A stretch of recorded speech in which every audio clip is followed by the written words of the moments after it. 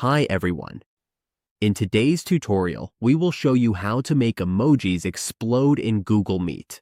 This is a fun way to react, celebrate, or add some excitement to your meetings. It is perfect for making virtual sessions more interactive. Now let's get started. On your Google Meet dashboard, for example, let's start an instant call. If there is no one here, we can still see the emotions menu. You will find it in the lower part of your call dashboard. It is located next to the Share Screen button. You just have to click this. To make a popping or exploding emoji, simply click the celebration button. You will see that when you click it, an effect will pop up.